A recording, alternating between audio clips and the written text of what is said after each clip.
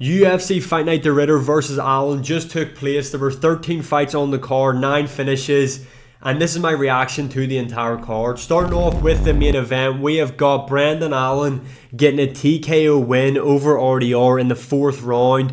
Brendan Allen beat RDR till he quit in there. That's essentially what happened in this matchup. Big upset win for Brendan Allen. He was a big underdog coming into this fight. He took the fight on short notice. Originally, it was meant to be RDR versus Anthony Hernandez. And just quickly, I am still confident that RDR would have beaten Anthony Hernandez. I see a lot of people saying, look what Brendan Allen done. Imagine what imagine what Anthony Hernandez would have done to RDR. I think RDR would have beaten Anthony Hernandez. My opinion on that fight still hasn't changed. I think RDR would have TKO'd him in that matchup due to knees to the body. Brendan Allen was a completely different style of fight.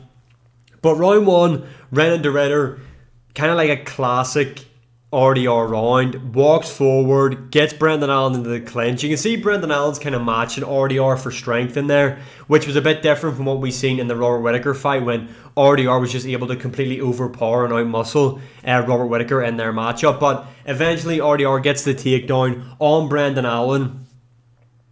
Very patient when he gets him on the ground. He's not rushing anything. A problem that I think RDR had when he got Brendan Allen down was he kept looking for a submission, but was in such a dominant position. He was in mount. I don't know why he didn't look to land elbows or anything like that. He was just hunting the submission, but there was a lot of opportunities where I felt like RDR could have maybe landed some elbows or some ground and pound strikes to bust Brendan Allen up because he had mount. Then eventually he got to the back of Brendan Allen and controlled him there, got the body lock on Brendan Allen. One thing though Brendan Allen showed in this matchup, especially in round 1, was how good his understanding is of defending submissions and keeping himself safe on the ground, because RDR had him in a dominant position. He had the back take. Brendan Allen showed really good understanding of how to keep safe. The 2-on-1, it was actually a really good showing from Brendan Allen in there, but RDR dominated the round, completely just outclassed him on the mat. Round 1 goes to RDR. Round 2 kind of starts similar.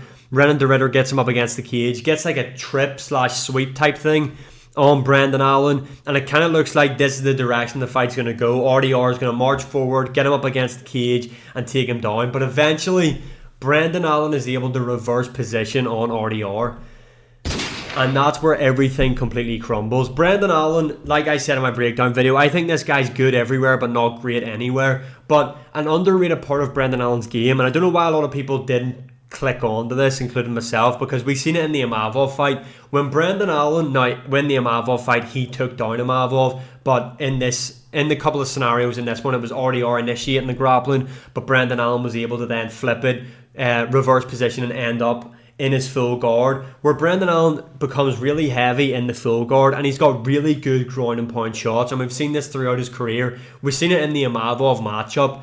And Imavov, in my opinion, is right behind Hamzat, who is the best middleweight right now in the UFC. But as soon as Brendan Allen gets into full guard, that's where he starts to land some really nasty ground and pound, land some big elbows on RDR. And Renan De Ridder kind of fell into a trap that Oliveira we've seen fall into, where they have really good jiu-jitsu. They are a big submission threat off their back, but they don't show any urgency to get up to their feet. They're just kind of rolling and flailing around trying to get a submission. And Brendan Allen let RDR move, roll, whatever, but he would just posture up, control him, and then land big shots.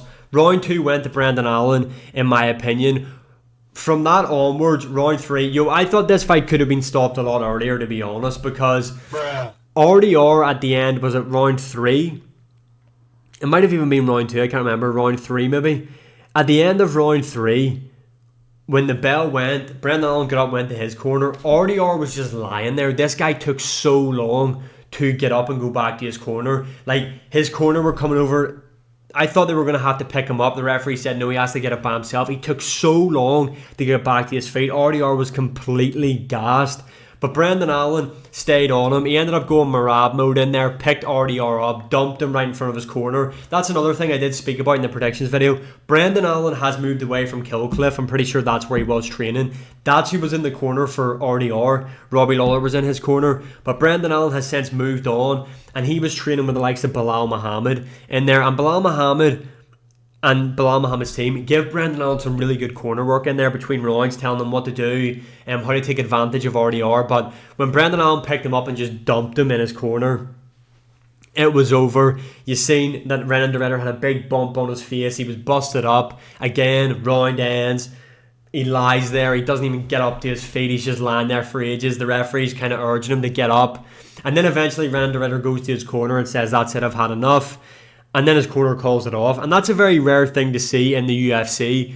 I can't remember the last time off the top of my head that I remember seeing a fighter's corner just go, "Nah, that's it, it's done, it's over, he's taking too much of a beating." Really though, it was going into the 5th round. RDR, that's a really poor showing to quit on your stool like that. He should have went out there for the 5th round. Now, in hindsight, he probably would have went out there, took a lot of damage from Brendan Allen, so maybe this was smarter. In fact, it is smarter not to go out there, but it is a bad look for RDR to quit on a stool. Brendan Allen gets the win. He called out Sean Strickland. He called out Hamzat Chimaev, obviously. I'm trying to think of who else he called out. He made one more call out. Strickland, Hamzat, DDP. And that's the fight to do next. Brendan Allen, Dricus du Plessis. Great win for Brendan Allen. I'm pretty sure this now puts Allen into the top 5 now. Moving on to the co-main event, we have got Kevin Holland losing a decision to Mike Malott. Why was there so much bias towards the Canadian in Mike Malott in this fight? The guy should have had a point taken off him. Round 1 starts. Kevin Holland, I thought, was doing a good job keeping at range with his kicks. A problem with Kevin Holland is he had like a 10-inch reach advantage over Mike Malott. Why, when he's throwing punches, does he always fall into his opponent? Like, he could have kept out at range, flicked his shots like he was flicking the kicks. But no, anytime Kevin Holland would throw, he would like walk in with the punches and then get into the clinch with Mike Malott. And that's where Mike Malott was able to load up and really explode with those hooks in there. But I thought at range, Kevin Holland was doing good. Got that low blow, then went right back to the fight. Then up against the clinch, Mike Malott landed that knee. Again, Kevin Holland, it was a bad groin shot. I don't know how they didn't take a point. Especially when you look at the Drew Dober matchup. How the fuck does Mike Malott not end up with a point taken off him? It doesn't make any sense at all. But yeah, Kevin Holland from that never really recovered. There was good scrambles in the first round, but that low blow really fucked up Kevin Holland. But that kind of fits Kevin Holland's like mindset, because when Kevin Holland is quite... Not because he wasn't quite easily losing the Mike Malott fight, but we've seen it throughout his career. When Kevin Holland starts to lose a fight, that's when he gets a bit bitchy and throws like tantrums in there, makes up excuses. And this will be an excuse for Kevin Holland. He got low blowed from Mike Malott when he went back to the corner. All he was talking about was that. I'm actually surprised they continue to let the fight on, just because of how Kevin Holland was getting on and the fact that he took longer than the time that was given to him to recover and shit like that. I don't understand how the fight was kept ongoing, and I don't understand how Mike Malott didn't get a point taken off him. Although Mike Malott, he's going to be ranked inside of the welterweight rankings right now. Chito Vera versus Amian Zahabi. Yo, I am so glad that Marlon Vera lost this fight. Yo, why was he trying to overform in there? What was it, round 2 end? I think it was the end of round 2, yeah it was. He sticks the head into Amian Zahabi for some reason when they're having that stare down. The fight ends, Amian Zahabi goes to shake his hand.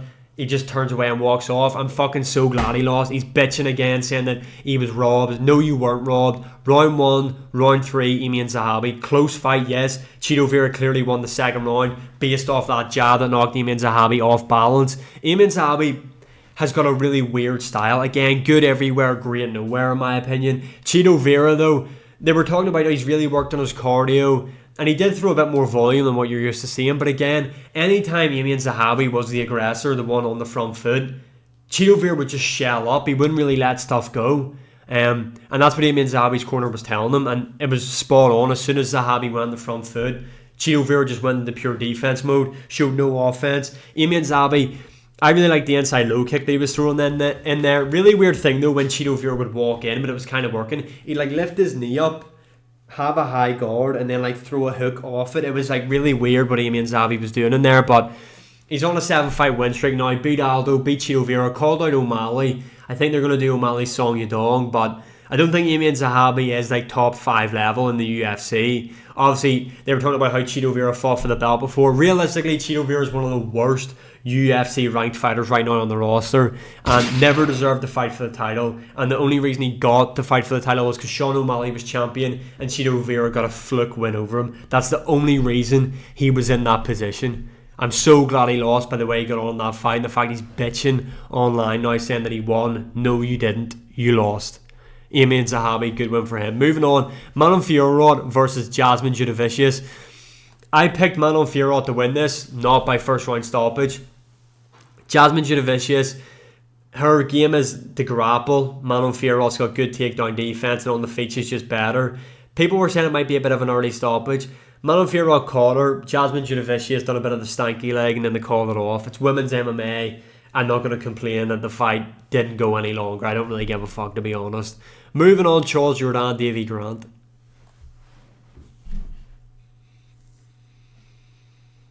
Davy Grant lost.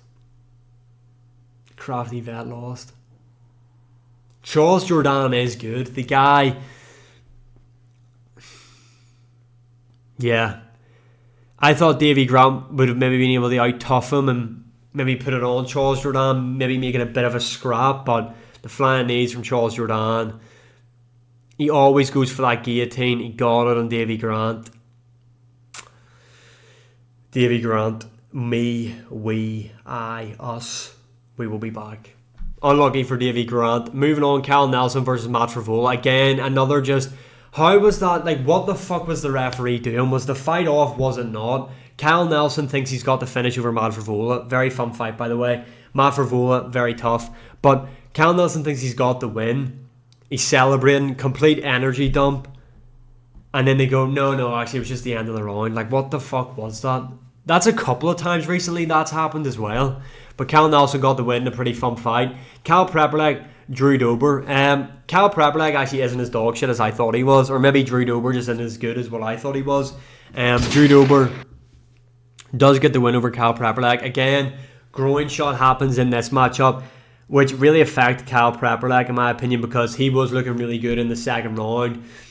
Drew Dober's nose was busted up. His shin, big cut from where Cal Prepperleg was able to check the low kick. Disgusting.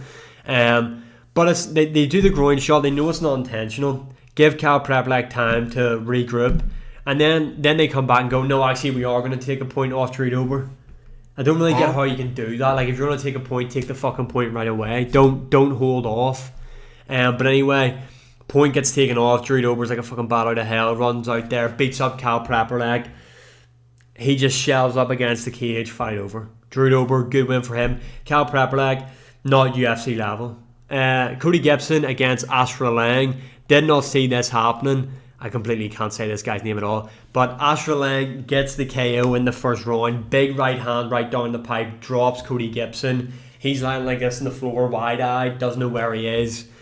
Good stoppage. Not much else to say on this, to be honest. Big right hand put Cody Gibson down. Fight over. Bruno Silva versus Hoi Sung Park. Good win from Bruno Silva. I can't remember who I picked this fight. Hoi Sung Park was the fighter I think I went for in this matchup. But Bruno Silva, you have to be he's a good gatekeeper in the flyweight division. Plus he hits really hard and he does have good grappling. And you could see that Bruno Silva caught Hoi Sung Park with some really good uppercuts in round 1. Or was it round 2? Can't remember what round it was. But Hoi Sung Park was able to get the takedown early on in the first round. And I thought he was just going to be able to utilise his grappling to maybe pick up a submission or a dominant win just by out-grappling Bruno Silva. But that didn't happen. Bruno Silva landed the big shots on the feet. Took Hoi Sung Park's back and subbed him. Really good win for Bruno Silva. He was a big underdog on this card as well. Danny Barlow versus Jordan Santos.